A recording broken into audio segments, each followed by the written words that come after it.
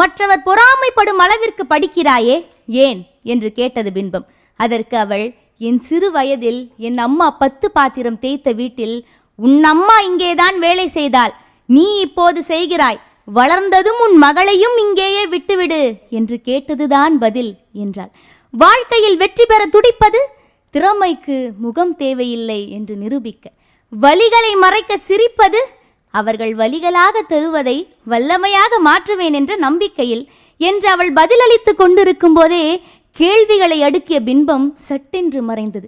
அப்போது அவளுக்கு புரிந்தது, இத்தனை நாள் அவள் வெற்றி பெற வல்லமையூட்டியது மற்றவர்களின் ஏச்சுக்களும் ஏளனமும் தான் என்று.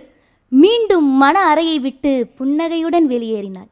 இந்த முறை கவலைகளை மறைக்க அல்ல, கனவுகளை பிடிக்க. இப்போது அவள் மீது பாறைகளே விழுந்தது.